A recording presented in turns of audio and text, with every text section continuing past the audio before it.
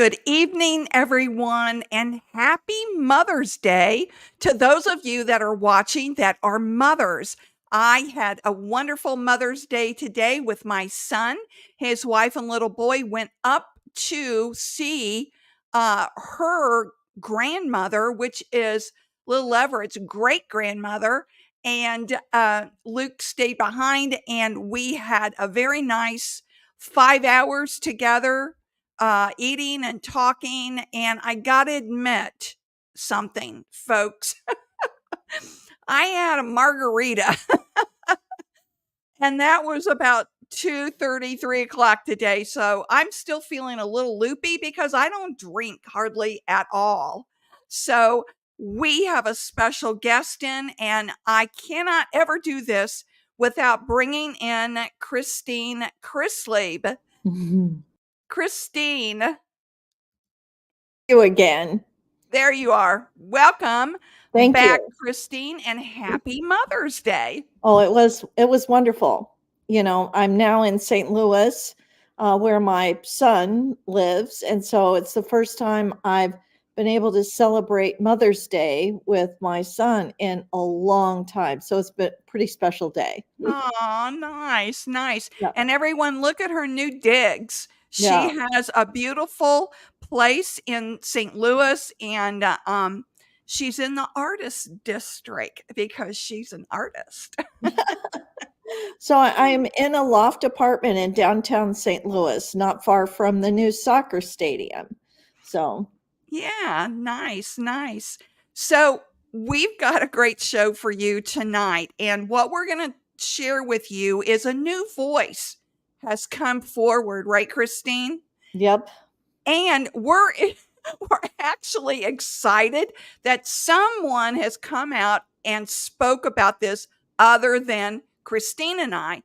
So Kristine, they can no longer say that we're just disgruntled employees, because this person is not an employee of Church Militant, and he is repeating exactly what we've been talking about, right?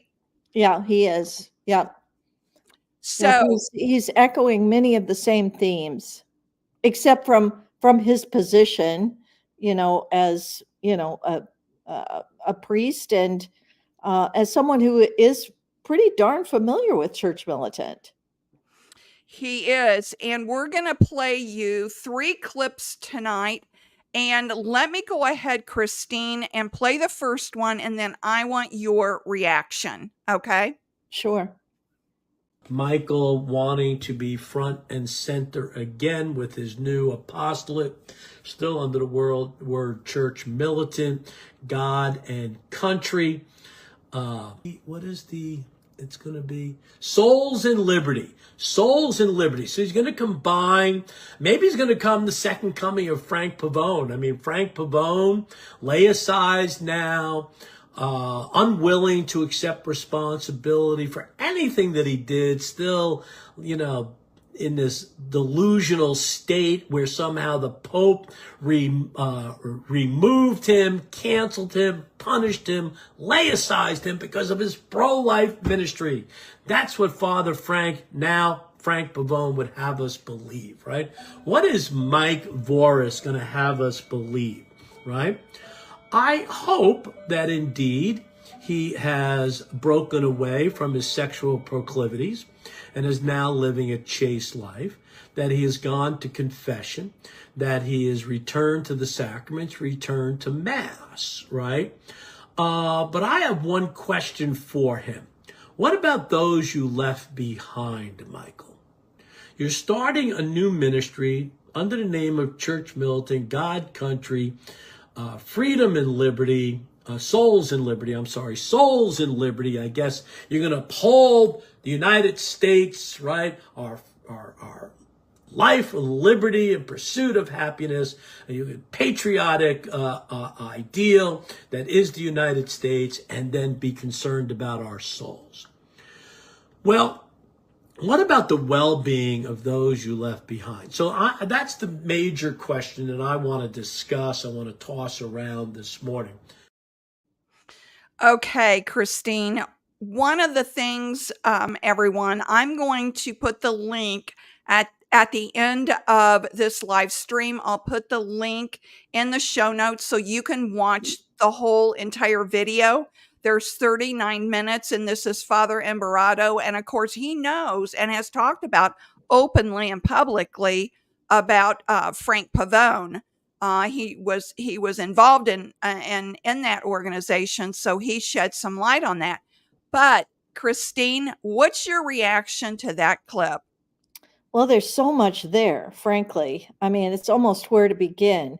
I guess I'll start with, even he's ticking off all these different names. He's getting them mixed up. He's getting them confused. Church militant, God and country, souls and liberty. It's like, who's on first? I'm not exactly sure. I think in the recent video that Church Militant released, they tried to sort some of that out by distinguishing Church Militant as the 501c4, God and Country as the name of their newsletter, and then I'm not sure what Souls and Liberty is. Kristine, you were telling me you saw one of the emails that was from Souls and Liberty that was signed by Mary McCann as president. Yes, that's So, true. And of course, a donation button all through the email. okay. So it must be some sort of charitable entity, maybe, or maybe it's like Joe Gallagher, just send me money, for my venture. It's just not clear. And she's president of what?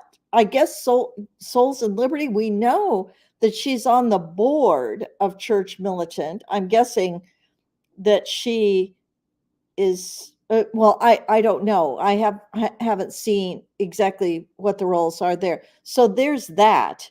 There's the whole confusion about these different entities. I think there's probably only two because I think the God and Country thing is just their newsletter. But then the other thing, of course, that he talks about is, then the main thing that he talks about, and his main point is what happened to the people who were left behind. And he goes on to talk about that, uh, what later on in the video, I'm sure you're going to play some of those clips, but he goes on to talk about the responsibility of a Catholic organization to its employees. So, we could talk. I mean, we obviously know that what happened in March of 2023, when almost a third of the employees were laid off, they were given no notice, no severance. We were thrown to unemployment. The government was supposed to take care of us. Then there were in some of the next rounds of layoffs, some people did get severance. I'm not sure who. Some people did, but I think I'm guessing most didn't. But yes, how employees were treated is, what he's trying to point out. And the other thing that's important about what he said is, nobody is really going after Michael on the sex thing. That's not really his issue. He is talking mainly about on a more ethical, what kind of an employer are you? Those are all really good points, Kristine. And as we know, and before I say that, those of you that sent me Father Emberado's video, I want to thank you for sending that to me. There was quite a few people that sent me that video, and I think it's really important that you watch it. Like we said at the beginning, we're now not the only ones talking about how the employees were treated. Mm-hmm. We're now not the only ones pointing out how wrong it was for a Catholic apostolate to lay people off and not give them any kind of severance. Okay, now I know what everyone's gonna I know what some folks are gonna say, Christine. Well, employers aren't required to give severance. Yes, it is by state. Michigan, they don't require it. Indiana, where I live, they don't require it either. But in my corporate insurance world, the 42 plus years I was in corporate insurance, I had been laid off. Well, I shouldn't say laid off. I had been downsized 9 times in 17 years. Yes, you heard that right. 9 times in 17 years Yikes. was all because back in the 90s, these insurance companies were buying each other up left and right. They were all because of acquisitions and mergers. And I always got severance. Why? Because employers don't want to be known as the company that doesn't take care of its employees during a layoff. That's why you give severance, because it's the ethical thing to do, and you want to portray yourself as an ethical company. I was laid off by a Christian school. It was run by a Baptist church there in the Dallas Fort Worth area, and I got 60 days salary from the Yeah. Baptists. Yeah, there you go. So Father was on point talking about this. So Kristine, let me play the second clip, okay? Everyone, I've got 3 clips. The second clip and the third clip are about 5 minutes long, so hang in there with me, but it's important for you to hear this not from an outside source, but this is coming from a priest in good standings. Okay. So that's why it's important for you to see this. Evening prayer.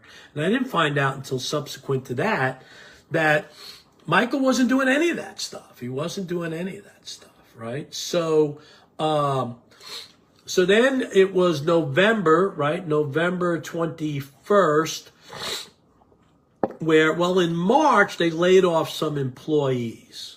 In March of 2023, they laid off some employees. And there was some bad feelings. And some people came out publicly and criticized Michael Voris and Church Militant in terms of how they handled that separation. And I thought that was really odd. Because if you look at church teaching over the centuries, right? I mean, treating employees, treating workers, right? Justice in the workplace has always been a very important part of our faith. Always. And that was one of the things that really bugged me about Frank Pavone, because I really was appalled at generally how he treated his employees. Surely not in a just way.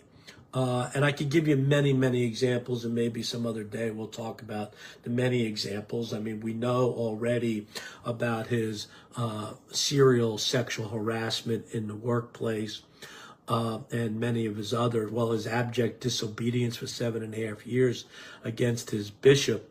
But, I thought that this was odd when Church Militant just let some people go because they were having financial problems. No warning, no severance, just let them go. Employees that many of them who had moved to Detroit to be part of Church Militant, they just let them go. And so that to me was the first red flag. And then November came, and Christine Niles released a video after she resigned about Church Militant, Michael Voris, the board. All right, and then in November, a few days later, the board, Michael Voris, released a video, and the board released this. Fellow Catholic, Church Militant, St. Michael's Media was founded as a bastion of Catholic faith and light to the faithful in hard times. This is why we're being fully transparent with you. Finally, all right, because obviously the board, as much as some people may have been in the dark, about Voris and what was going on. There were other people on the board that absolutely knew what was going on, okay? I don't know how long they knew, but they knew what was going on. Michael Voris has been asked to resign for breaching the church militant morality clause. The board has accepted his resignation. He was asked to resign, so he was given an ultimatum. He was really forced to resign, right? If he didn't resign, they were going to release him. All right, so the board accepted his resignation. We understand this is a shock to us all, but our founder and former CEO is stepping aside and focusing on his personal health. His personal health, physical health, emotional health, mental health, spiritual health. The board of directors has chosen not to disclose Michael's private matters to the public. The apostolate will be praying for him, and we kindly ask you to do the same. Church militant, St. Michael's is just as positioned to save souls as it's ever been. That was a lie. There are more than 40 full-time employees on the cutting edge of Catholic truth, moving forward with renewed fervor. All right, the apostolate will remain unwavering in its reporting and its commentary, defending Holy Mother Church with errors both inside and out. We appreciate your continued support and prayers. Well, that didn't last long. The lawsuit finally put what was burning down, finally extinguished the fire, but there was nothing left but ashes. 40 full-time employees. So let's talk about the 40 full-time employees. Where are they now? Where are they now? Is Michael Voris going to take responsibility for the fact that these 40 full-time employees on the cutting edge of Catholic truth, who stayed on the apostolate, because the apostolate, I mean, look, you want the board to be positive, right, forward-looking, etc., all right, but the board was delusional in thinking that they were just as positioned to save souls as it's ever been. That is a lie. It's a lie to any reasonable person, right-thinking person, for the board to say that Church Militant and St. Michael Media is just as positioned to save souls as it's ever been. On the day that Michael Voris resigned because of a sexual scandal, a homosexual scandal, Michael Voris, who was the face of Church Militant, the founder of Church Militant, it's a blatant lie. They might have hoped, they might have thought, but no reasonable person could ever really have thought that, right? 40 employees. Believe me, that day, all those 40 employees were very, very, very concerned. They had no health insurance. Nobody in the organization had any health insurance other than Michael Voris. Okay, Kristine, and we know from talking to the former employees at that time, we couldn't say anything because they did not want, they were afraid, you know? I mean, basically, they were afraid because they were being told that, oh, just hold on, things will get better. And like you and I have talked before, they should have known back in March of 2023, when the first layoffs occurred, that it was never going to get any better. I'd like for you to address that, Kristine. Well, one of the things that, of course, you and I talked about back in, early April, right after the layoffs at the end of March, was that the problem of management and the problem that they were not being transparent. So one of the things that Father Imperato is bringing up is just the whole issue of Catholic business ethics. Okay, you're out there in the public doing business as a Catholic organization. What's the ethical foundation? And so one of the things that of course he says they outright lied when they said, oh, well, we are positioned just as well as we ever were to save souls. And he said no reasonable person would believe that. I mean, charitably, you might say they were being disingenuous. It was just clearly a PR ploy, to try and keep the money, doing everything possible to keep the money coming in. But once And we again, that Carmen was full speed ahead on the next retreat at sea, and Debbie Traverdick was going around telling everybody that, "Oh, things are fine, things are fine." Behind the scenes, we were hearing that, they weren't even being honest with what was left of the employees. mhm. And back to the transparency, one of the things that thing mentioned was that the board had chosen not to disclose the nature. So in other words, we don't feel like you need to know, even though you've given money, even though you've supported us in prayer, even though many of us made sacrifices to be there. You don't deserve to know the nature of the problems, that are going on behind the scenes. You don't need to know that. And almost any PR person will tell you that you should be as open as possible. Give as much information as you possibly can. And for them to say, well, we've chosen not to disclose. Once again, it was just, it was, just them doing business badly, managing badly. And we tried to point that out in March, Yes, we that did. this was not a sexual problem. Okay. It was a board management problem. I said that from the beginning. And then that's the same theme that got taken up at the end of November. When the employees were basically asked the board to resign. That's right. So, folks, let me give you a quick timeline, okay? Because a lot has happened. So, March of 2020, I left Church Militant April of 2022, okay? A year later, and this whole time, Kristine and I had been talking back and forth about what was going on, and Kristine's instincts were right that something was about to happen. So 2023, the shoe drops. First, Hunter Bradford resigns. Mhm. Then a week later, the entire evening news crew was let go. They were all laid off. That included the reporters mainly, and were some editors let go, Oh, yeah. Kristine? Yeah. Oh, yeah, a Okay. bunch of editors too. All right. Mhm. So that was the first red flag sign of trouble. Okay. Now we fast forward into 2023 to the end of the year. They've gone on a September retreat at sea.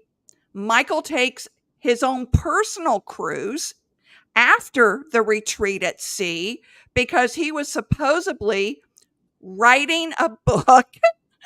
So he had to go on a cruise to write a book.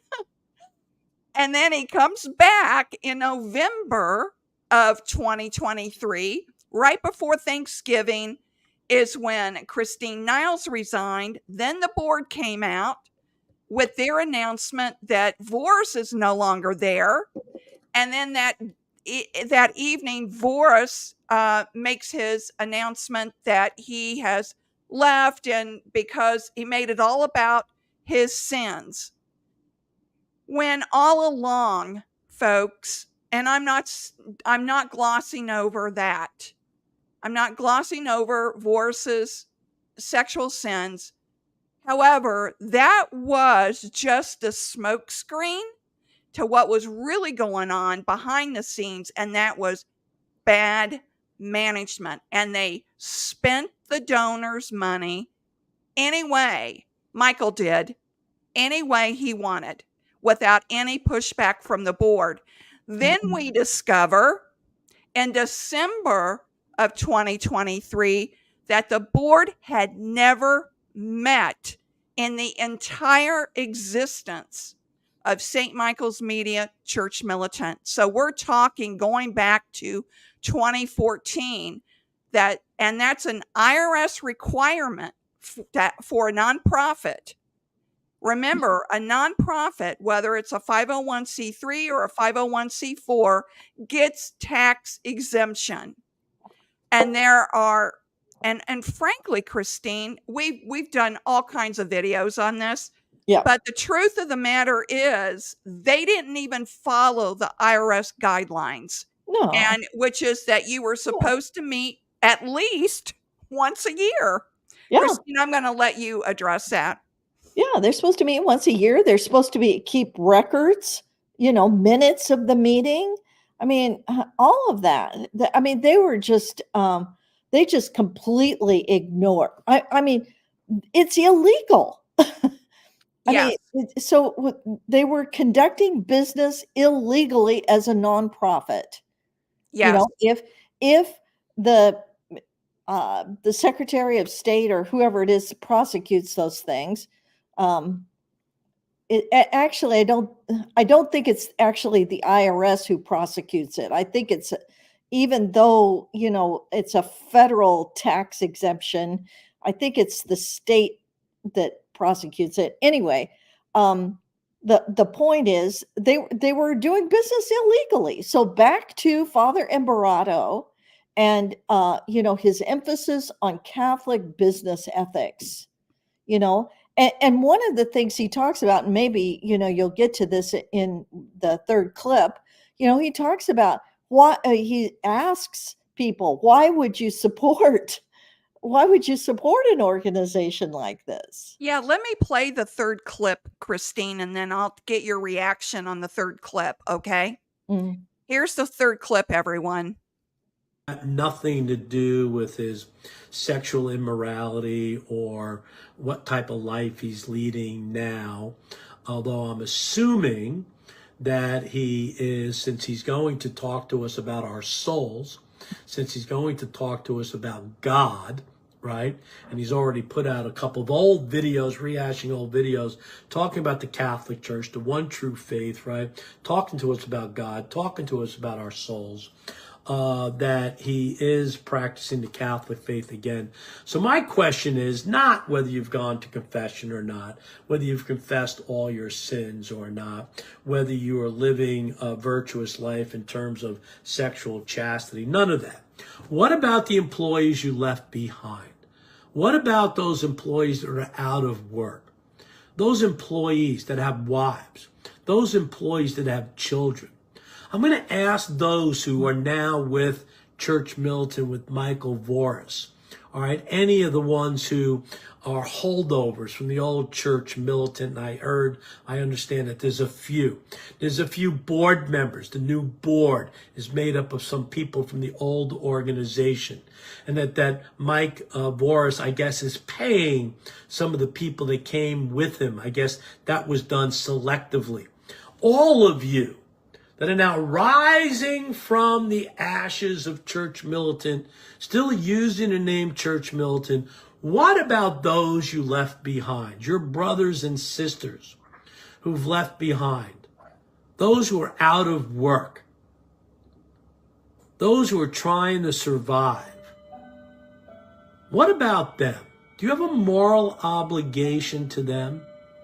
Michael, do you have a moral obligation to those who are left behind or still living in the ashes of your scandal, of your prior ministry? Do you have a moral obligation? That's the only question I have for you. And if you're raising money now, and you are, because every video I've gotten from you has asked for money, right? Where's that money going to go to? Is that money going to go to the previous employees that were loyal to you? Many of them moved to Detroit for you. Are you going to give them some type of severance? I mean, there's such a thing in our Catholic faith as justice, as doing reparation, it's not just good enough for us to say, hey, Lord, I'm sorry. All right. We go harken back to David. I've sinned against you. And as for you, David, your sin is forgiven. But there's going to be a lot of reparation, David. A lot of reparation. Michael, what type of reparation are you going to do for all the pain and the suffering and the hurt that you perpetrated on those you left behind at Church Militant? Those who went with Michael, all of you, board members, talent, right? Do you have any obligation towards your fellow employees, or are you just looking out for yourself? What is the right Catholic thing to do? What is the moral? Morality isn't just about living a chaste life. We have an obligation for charity, right? Especially those who we're working with, right? And I'm hearing, so many things about Voris, how he treated the employees. Obviously, there was injustices in regards to how he treated them as a boss, as Church Militant treated them as an organization. For him to have health insurance and none of the others have health insurance. Is that right? Is that just? Shouldn't we consider them and their well-being? They're the ones who are sacrificing now, all right, being sacrificed really on the altar of Michael Voris resurrecting himself. That's the only thing I want you to consider. That's the only thing I want you to consider. Okay, Kristine, I'll let you react to that clip. And I am so thankful Father Emberato came forward and made this video. Mm-hmm. Well, I mean, of course, he's talking about, where's justice in this situation? I kind of think Michael has created for himself a soft landing retirement because, when he was at Church Militant, or when, original Church Militant, of course, he was doing a vortex every single day. That's a big responsibility. Well, now he's writing occasionally, for God and Country, but, he isn't on that treadmill that he was on before, okay, where he was having to, do interviews. And I mean, he's got a pretty good deal going right now. So I think it's sort of a soft landing for him. It's not clear exactly what he's doing. He's, as who he is. Now he is Gary Michael Voris, and you can, hear the audio stream of his articles, but he's not using his voice. I mean, he's not doing the audio on his own articles. It's almost as if he is really he's behind a screen like the Wizard of Oz in a lot of ways. You really can't see who is pulling the levers, who's doing what. We do know that the following people are from the prior Church Militant are still with the current Church Militant. That would be Debbie Tverdik, Andy Vance, Veronica Vance, maybe Susan Vance. We don't know that for sure. I'm guessing since both Debbie Tverdik and Carmen Allard who were with fundraising special events are with Michael. I'm guessing Susan and her brother and sister-in-law that Susan's with them. Stephen Wynn, Jules Gomez. Jules has a friend that he made from India. I'm guessing it's his friend who's writing for them. Mary McCann, of course, who's now president of something. We're not sure what. Barbara Toth, Gary Michael Voris, Simon Rafe, Jim Ellis, Carmen Allard, and of course, Mark Rivard. Now, Mark is not, he's a volunteer board member. But once again, they're in the very same situation. They've shown us that there are 3 board members, okay? Mary McCann, Debbie Tverdik, and Mark Rivard of the current Church Militant. Of those 3 board members, 2 of them are paid employees. Yeah, there you go. We're right back to it again. They're doing exactly the same thing again. But now to Father Imbarato's point, which is, do any of those folks, but especially Michael, and maybe especially Simon, do they feel any special responsibility toward their Catholic brothers and sisters who came from distant lands Mhm. to work at Church Militant, who in faith left their homes and moved to Detroit, as Father Emberato was saying? Um, does does Michael feel like he owes any sort of reparation? What justice does he think there is for the employees who have been left? Well, we already know that answer because if Mike Sherry, who was the board president of St. Michael Media, had not paid off Michael Voris's American Express card, then he was going to sue Mike Sherry. And how do we know that? Because of an email that we shared a few months ago, where all of the remaining employees of Church Militant was supposed to have gotten severance pay at the end of March 30th, 2024 this year. And because Michael Voris wanted his American Express paid off, they paid that off instead of choosing to pay the employees of St. Michael's Media that remained.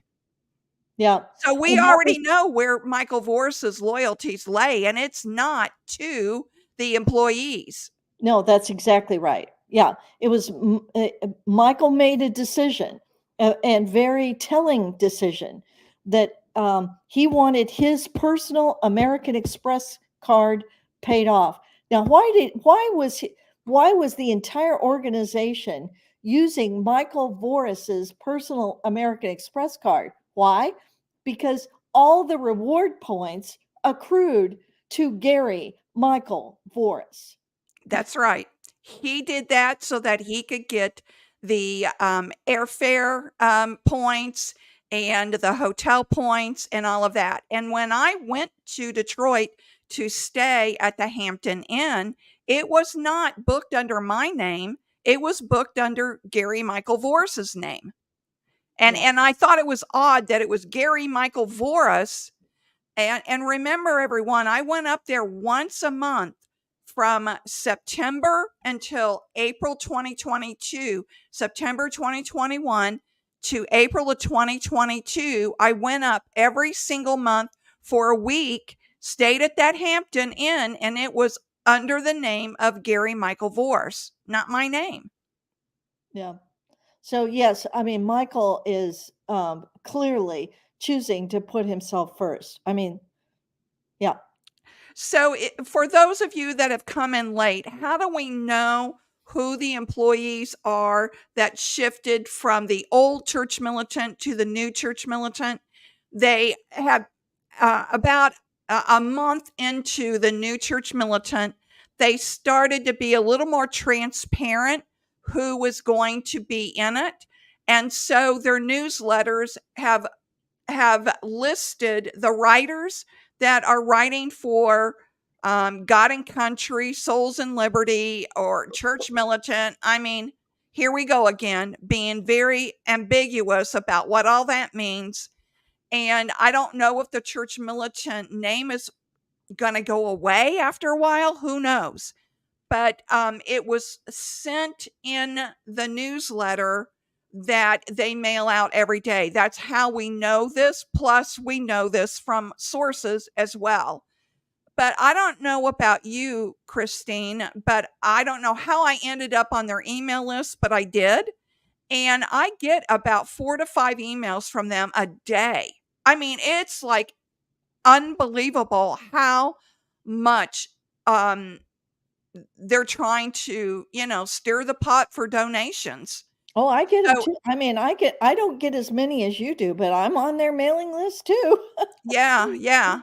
I don't know why in the world they think I'd donate, but, and I But wanna address. that's another thing that they held on to. You know, they made sure that they had all the contact information for premium subscribers. So it all got shifted, all of that information got shifted over to Church Militant from St. Michael's Media. So the ownership of that very valuable asset shifted over in 2020, shifted over to Church Militant, the 501c4. Very smart. Yeah, yeah, very smart, and what they're doing is legal, you know, but it's very confusing, and as Christine and I have said on prior broadcasts, that we weren't even aware if we were working for St. Michael's Media or Church Militant. We assumed we were just Church Militant. Everybody assumed we were Church Militant. We never used St. Michael Media in anything, did we, Christine? Well, on occasion, like for example, Christine Niles, I remember told me that a lot of times when she would try and, ask for information from sources and stuff, she would identify herself as from St. Michael's Media because she thought she would get a better response if she said that than if she said she was from Church Militant. So there was some back and forth, but think about but there was so much confusion between whether Church Militant, the identities, Mhm. even in the Dallaire lawsuit. In the Dallaire lawsuit, if you look through any of those documents, it always says St. Michael's Media / Church Militant. Because the two organizations were so intertwined. Yeah, that's right. We're gonna talk about the Dallaire lawsuit at the end, folks, so if you wanna stick around and hear the latest on that, we'll be talking about that. So Christine, let's talk about Voris moving to Houston, Texas. Yeah, so I have a tendency to think, I'm pretty cynical about the move to Texas. First of all, a lot of us before all of this even happened, a lot of us kept saying, "Can't we move to Texas? Let's move to Texas." We're just wanting to get out of Detroit. But the move to I'm sure our audience, Catholic, faithful Catholics who supported Church Militant because of its strong Catholic identity. And now they're in Texas and they're not, they're ecumenical. And they said Mhm. that in their most recent video, about their new identity. They're ecumenical, but led by Catholic values or something along that line. And my belief is that they are in Texas because there is a lot of conservative evangelical political money in Texas, a lot more obviously than in Michigan. So I think so they're trying to tap in to the big Baptist market, the politically conservative evangelicals in Texas, and that's why you have the God and Country newsletter. That's why it's called that, so that the Catholic part of it is completely stripped away, Yeah, at least I from the name of the newsletter. so I did not pull up the latest promo video is what it really is. It's a Mhm. 7-minute promo, that God and Country created. It's on Rumble if you wanna see it. I don't, I'm not gonna put it on my broadcast because it is, Christine and I talked about this, haven't we, Christine? That it Yeah. seems like, it's very dark. It doesn't feel Catholic at all. It's fear-mongering. It's, well, what else would you call it, Christine? In some ways, it's just kind of the same old rehashing of oh, our country has fallen into, it is about to, uh, it's crumbling before our very eyes.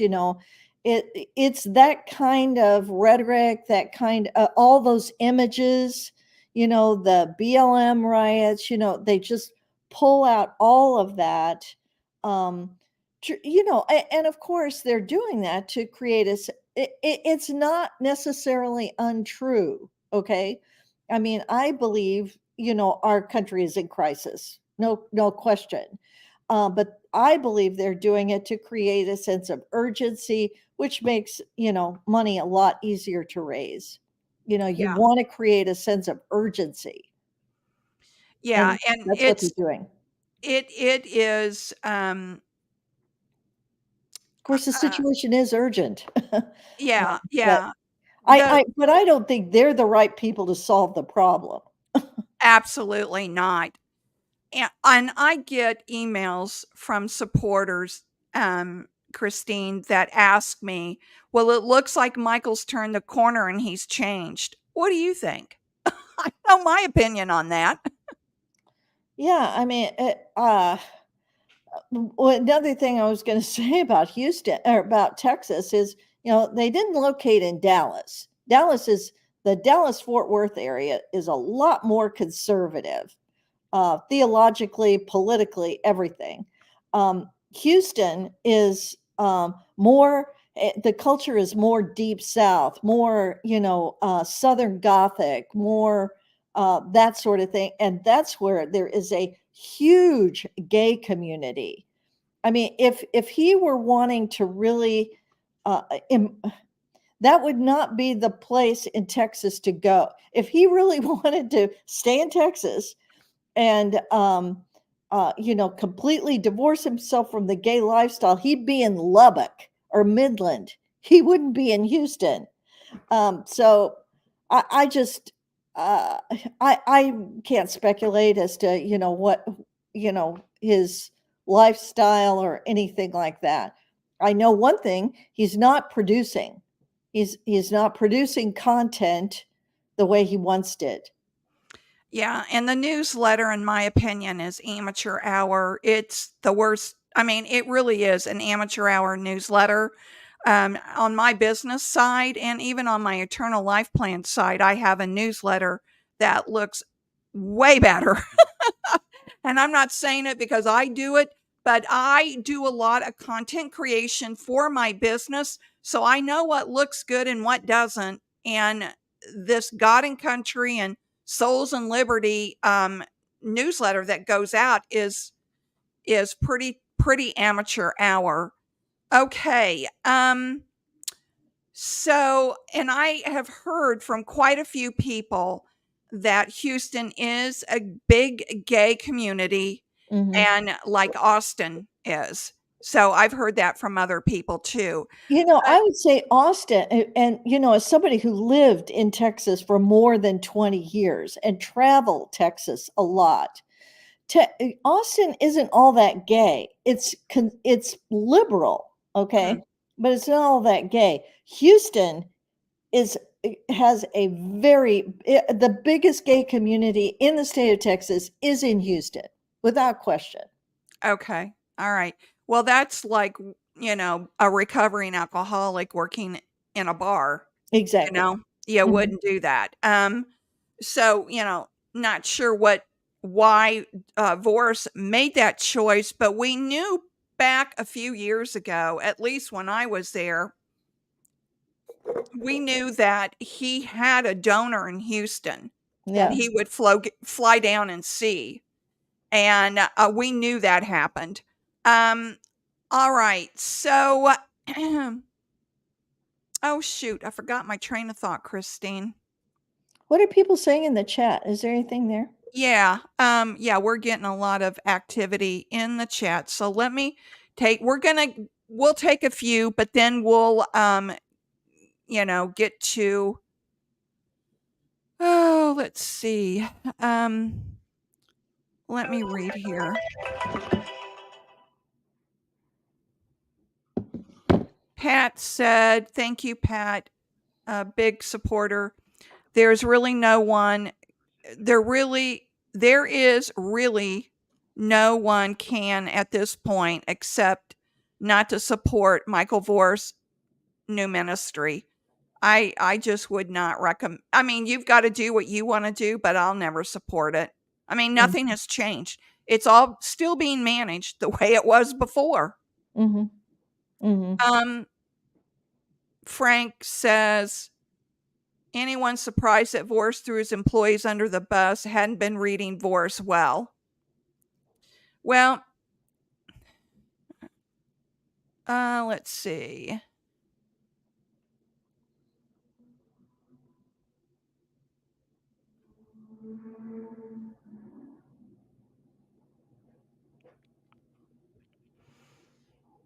La la la la la. Sorry, I got comments, but not a lot of questions. Okay. Yeah.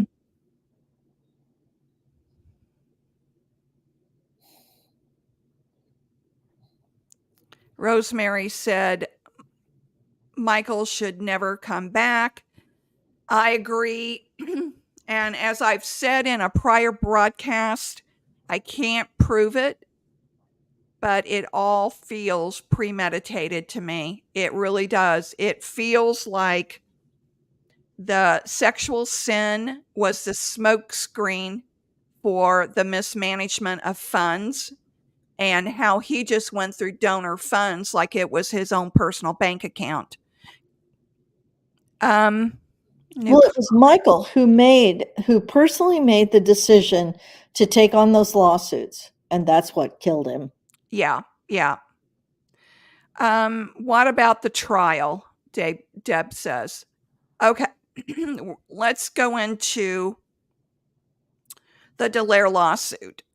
So I was contacted by Howard Cooper last week, asking me if I would do a deposition for Father Dallaire in about what I knew about Michael Voris and how he managed and things like that. There were a number of questions that they asked me. So then I'm going to be subpoenaed for deposition. And then if it goes to trial, which when I checked on Friday, Kristine, they said a trial date was set. I assume then after the deposition is completed, I will be a witness for Father Dallaire. So, Kristine, I'm going to let you go through the ins and outs of that latest lawsuit, or I'm sorry, the latest document, which I sent to her. It hit on April 29th or 30th. Or I'm sorry. Yeah, April 29th or 30th. And I'll pull it up here. I think I have it on here. And honestly, it's a summary order. And honestly, neither one of us can figure out what this means. But as Kristine was saying earlier, it's all church militant, St. Michael's Media. No one can figure out where one starts and the other one ends. So this summary order is trying to untangle what's left of the people that are being sued. And notice this is Father Dallaire versus Gary Michael Voris now. So that kind of changed, right, Kristine? Yeah, because okay, so this is how I understand it. I'm not a lawyer, and any of you can read the document and probably figure out as well as Kristine and I can. But just as a reminder, the original lawsuit involved Father Dallaire suing Michael Voris personally, St. Michael's Media / Church Militant, although I guess that's gone away. They did break that off. So I guess they settled on just suing St. Michael's Media. And oh my gosh, I've just forgotten that woman's name. Anita Carey. Yeah, Anita Carey was sued personally, and then Mark Balistreri. So there were 4 people who were being sued. So the Dallaire people, or Father Dallaire, was trying to say, can we do a final settlement on at least St. Michael's Media and on St. Michael's Media? That's it, isn't it? I believe, and basically the judge says, no, we can't really separate these out. That only happens under very special circumstances, and these circumstances are not those kind of circumstances. So we're not going to be able to peel off just St. Michael's Media and call that one done. We'll have to go through the whole thing, and then they'll all be settled all at once, I guess, our final settlement all at once. And it probably would have gone forward. That probably could have happened, except Michael Voris objected. He objected.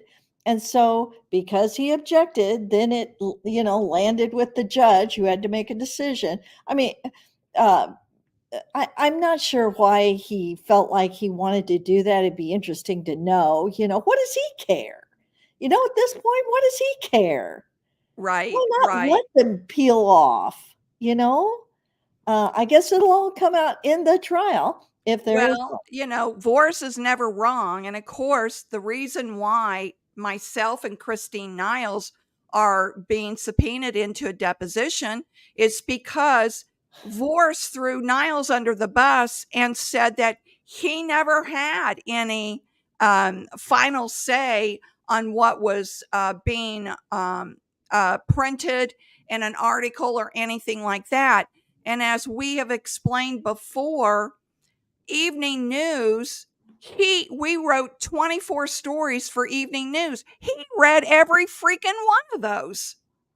He was absolutely on the pulse of what went into an article and what went to print. And the whole Dallaire lawsuit, for those of you that aren't sure about that, it's all about defamation from an article that was written back in 2019, 2018, 2019. And Father Dallaire asked St. Michael, or asked Church Militant to remove that article because it was defamatory, and they refused. And so we're getting into the final stages of that lawsuit. Okay. And I saw a comment real quick about Simon Rafe, and I want to pull that up. It says Simon Rafe lost his job and was betrayed by his best friend. So we'll set you straight on that one, Capaldi News Service.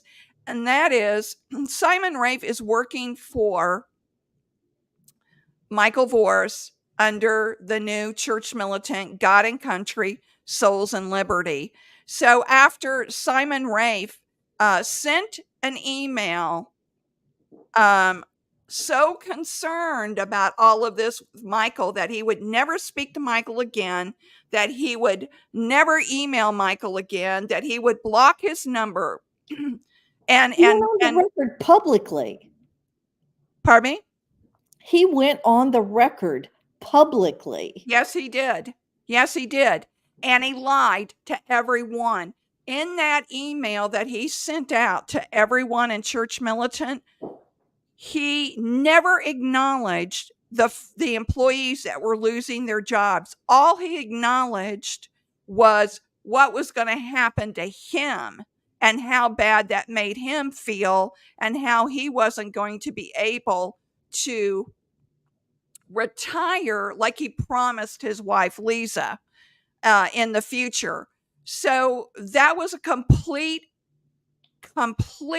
lie he gave to the Church Militant employees that were still behind and still believing that maybe that they would survive. And so what's he do? After Church Militant, St. Michael's Media wraps everything up, he goes and hightails it over to Michael Voris. So Simon Rafe is a liar. All right, so back to the Dallaire lawsuit. So we don't know when the trial date is, but we're speculating that it's probably that date just wasn't published yet. Probably if we go on Pacer on Monday, probably that documents with the trial date may be there, but it'll probably be within 60 days. Okay, so if there is a trial. Yes, if there is a trial. And as Kristine said, let's say that there's a trial date of June 15th, okay? Up until they go to trial, Michael Voris can come back and say, I'm ready to settle. So the attorneys would have went through jury selection. The jury would have been there waiting for the trial to start. And at the very last minute, Voris could say, I want to settle. And he could know that for weeks in advance. Yeah. He may have made that decision now. And he's going to make the Dallaire Father Dallaire's law firm prepare for trial. Yeah, he's going to ratchet up the cost. And because, Voris will never be able to pay whatever the settlement is. And I really do think if it goes to trial, I think Voris will lose. I really do. Too. Yeah. Oh, absolutely. I think he will. Oh. So what you all don't know is Kristine and I had a side bet of when St. Michael Media Church Militant was going to go under. And we did this back in November. December, was it? I mean, in November when Michael resigned, that's when we began our discussions about what we were willing to bet when the whole thing would collapse. Yeah. I said March and Kristine said April. And so Kristine owes me a steak dinner. Yep. Now, so here's the question to you all. All right. We're betting on the Dallaire lawsuit. And Kristine, what do you think's going to happen? Okay, so the bet is about not who wins or loses the trial. The bet is about whether it will settle or go to trial. And so my bet is that it will settle. And I'm putting the odds at 70-30 that it will settle that it will not go to trial, that it will settle. So that's me going on the record. And I'm taking the opposite approach. I think it's 70% it will go to trial because Voris is arrogant enough to believe he can win, and 30% that it will settle. But what do you guys think? Will you tell us in the comment section? Do you think he'll go to trial, or do you think that he'll settle either last minute or right before? You tell us what you think as well, okay? All right. I've got one more thing I want to talk about, and Sister Anne Marie has joined us. I don't know if she's still on or not, but I want to give a shout out to Sister Anne Marie. She sent me a fundraiser that she has asked for me to pass around to social media. They are in dire straits, their order is, and it's herself and another nun that is in declining health. And I will put the fundraiser link in the show notes after this is over. So Sister Anne Marie, if you're still on, excuse me, if you're still on, will you let me know? And now, let me take some questions here, okay? All right. Let me pull this off. Ron Douglas says, what happened to Joe Gallagher and Truth Army? Right after he announced he was managing CM assets, he jumped off the face of the earth. Do you want to take that one? Mm-mm. Mm-mm. Thanks for jumping in there, Kristine. Mm-mm. All right, I will. I'll take it. We don't know what happened. That's the God honest truth. He is off social media. I was told, well, I probably shouldn't say anything because I have not been given information that I can announce this. But let's just say he didn't treat some people very well that were working for him. And we don't know what happened to Joe. The Patmos lawsuit against Truth Army is still going on, and they're waiting to hear from Jeff Sando and Joe Gallagher. So that is still very much alive. And, I don't know what happened to Joe at all. Okay. Let's see. Was there any other questions here? Miss June Bennett, you just got in. Someone tell me real quick what this is about. Well, June, let me tell you this. There will be a replay once we're done on my YouTube channel, Eternal Life Plan. Just go to the Life tab and you'll be able to see it from start to finish. But it would just be too much to get into to tell you every bit of what we just discussed today. So I will just say, do that. Oh, and here's a good question. Why, though, I'm not even going to try to say your name because I don't want to insult you. What happened to Brad Eli? Well, here's an interesting story. I'm glad you asked that question. I found out that Brad has taken a job as a farm manager, okay, in either Oklahoma or Alabama, someplace like that. I thought it was Arkansas. Oh, maybe it is Arkansas. It's one of those states. And so if you go to his Facebook page, he has photos of his wife and his children, and they look very happy. I mean, what an absolute, wonderful place to raise a family. So his background, he has some background as an engineer in a lot of agricultural, I think it was, and other. He worked in Alaska for a while before he went into the monastery.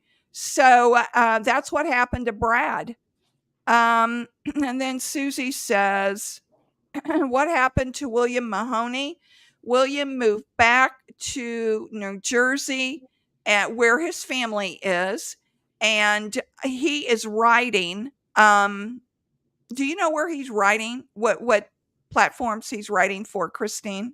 I don't, but he moved to New Jersey before everybody got laid off. Yes, he did. So he was already, and he was the one. He was one who, he stayed on till, pretty much the bitter end as an employee. He was just working remotely. Yes, that's right. I forgot that because after the March 2023 layoff, they started to let people work remote. Oh, before the layoff. Before the layoffs? Okay. Yeah. And that was a big no-no. Michael always wanted everyone to move to Detroit and live in Detroit and eat, sleep, and drink church militant. And, people were paid so low, as we've talked about before, that there were sometimes 4 guys renting one house together to try to survive. So it made it very bad for the Well, employees. and so before the March layoffs in 2023, there were a number of people who had already moved. Debbie Tverdick, Carmen Allard, William Mahoney. There were a number of people who'd already been given the thumbs up to work remotely. Isn't that interesting? Mhm. Makes you wonder if they knew something that nobody else knew. Well, they Yeah. certainly got a work privilege that not very many people got. Oh, yeah. Yeah, that's absolutely true. And everyone, you may or may not know this, but when I originally interviewed with Voris, um, I believe it was July of 2021, I went up to the studio to see, to check it out in August. And when they gave me the job offer was that I would be moving there by July of 2022. That was the commitment that I had to make. And we all had to make commitments that we would stay there for 2 years. You remember that, Kristine? Oh, yeah. And Actually, nobody ever told me that, but I learned about it later. it was in writing for me. And, I only stayed 6 months, and I had no problem at all breaking that agreement because they pretty much broke all their agreements with me. The way that they treated me and what I was seeing going on. So I had no problem breaking that commitment. And, let's face it. I mean, I just won't go on about that. So that's Brad moving as a farm manager in Arkansas. So my level of respect for him went up because he didn't hang on to the pant leg of Gary Michael Voris to go over to the new church militant. He got a job outside of all of that madness, and he looks happy and his family looks happy. So I was really pleased to see how well he's doing and the decision he made. All right. Edward, and I don't know that I can answer this. How did the local Detroit media treat you guys at Church Militant? They pretty much ignored us. They kind of knew about us, but of course the local media is very liberal. They reported about Church Militant. I mean, we were the subject of reporting. I remember when I was covering the 2022 midterms from Coble Hall. There were I was interacting with other news anchors who were there covering it live along with me, and they were all pretty nice to me. I mean, they were but they just didn't take us very seriously. They just didn't. Well, Karen Stark says, I am 80% certain it will go to trial. I don't think Voris will apologize or settle willingly. So I got one person on my side, Kristine. Okay. Okay. Well, we want to know what Vegas says. What does Vegas say? Yeah, really, really. All right, everyone. That's all that we have for you today. It was a lot. I will make sure all those links that I talked about, Father Imbarato's video in the show notes, Sister Anne Marie's fundraiser in the show notes. Sister Anne Marie, is there anything you want to put in the comment section about the fundraiser? I see you made a comment. So is there anything else you'd like to put in there? Oh, here's a question.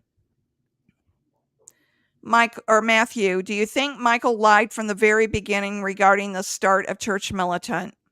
Mm, I don't think so. Yeah, I don't think so either. I don't think he lied from the beginning. Um, but it really is. But he was cheating that one guy from almost the get-go. What, Yeah. the guy in Indiana, Um, Mark, Mark yeah, Brammer.